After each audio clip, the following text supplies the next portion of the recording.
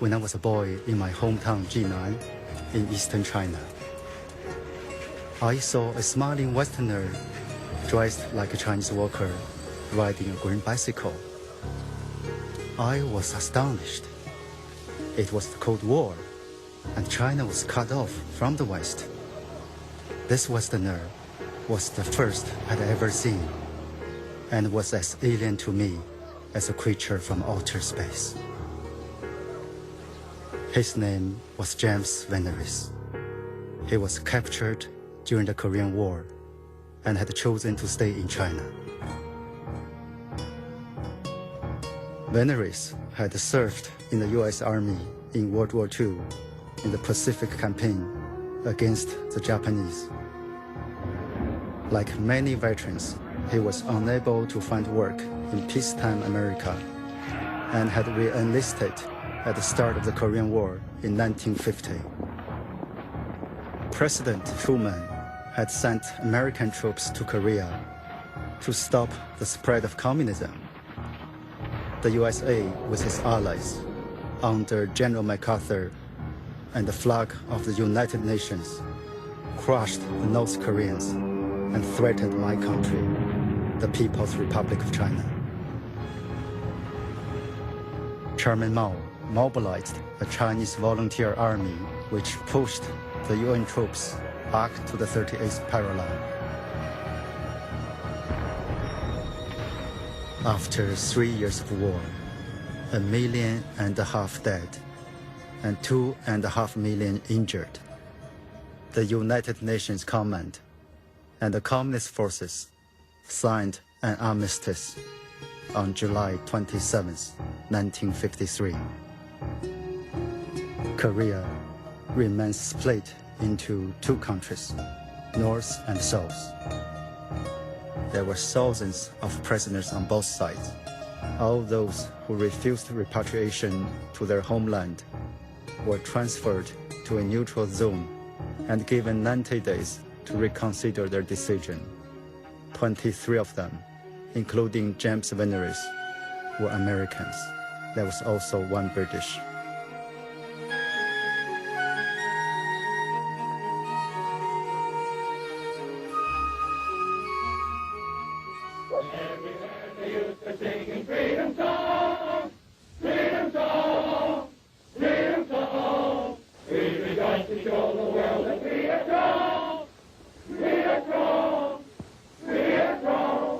Does anybody want to go home? No!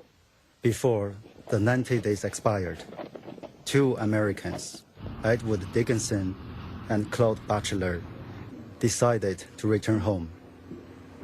Corporal Batchelor, how did you become a progressive? By reading several of the books that the communists had and newspapers. Gradually, little by little, I began to believe a lot of their charges against the UN side. Well, I never decided to go to communist China. I wanted to get my revenge for my buddies that have been killed and starved to death and what they have done to me. Corporal Edward S. Dickinson, back with us once again here in the free world. Nevertheless, both were court-martialed and sentenced to 10 and 20 years in prison. If I'd returned, take a look at what happened to Dickinson and Batchelor, I'd be in the same place they are. More likely up for a death sentence or a prison term. I don't feel it's right. I'd like to see each and every one of you Americans stand up now and oppose McCarthy and his acts. My name is Harold Webb from West Palm Beach, Florida. My name is Aaron Wilson from Urania, Louisiana. This is a very happy moment for me, for now I am free from McCarthyism. Friends, the only way to stop fascism in America is to do as I have done, stand up and fight for our rights.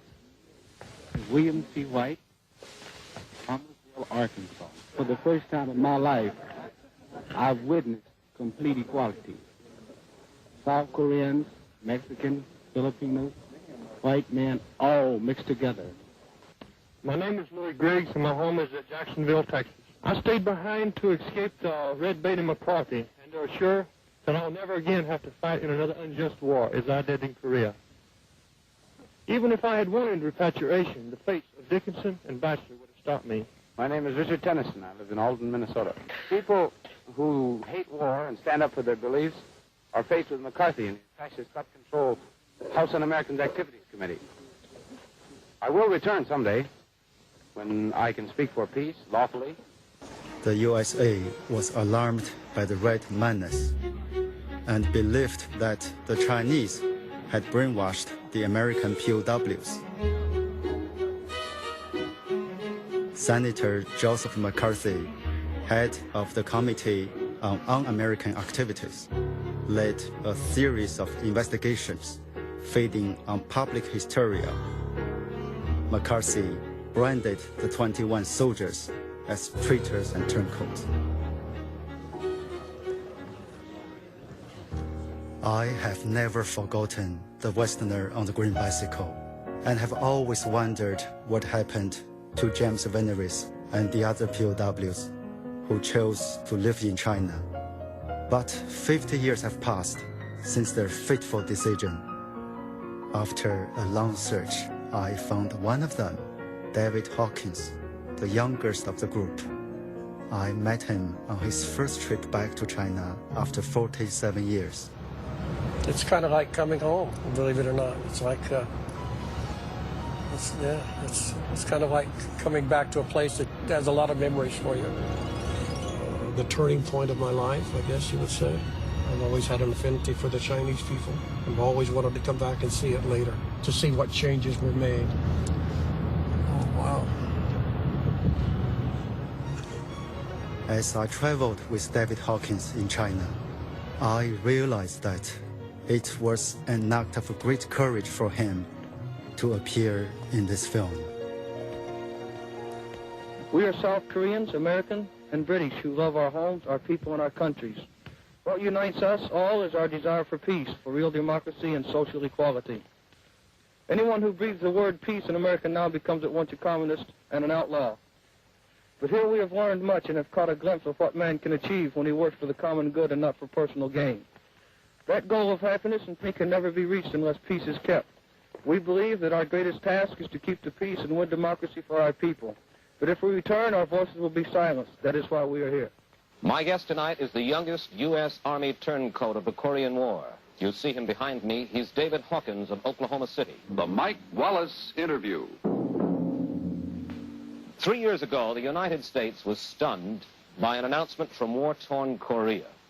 U.S. Army Private David Hawkins and 20 other prisoners of the communists had become turncoats. They had renounced their own country and disappeared behind Red China's bamboo curtain. Dave, first of all, let me ask you this.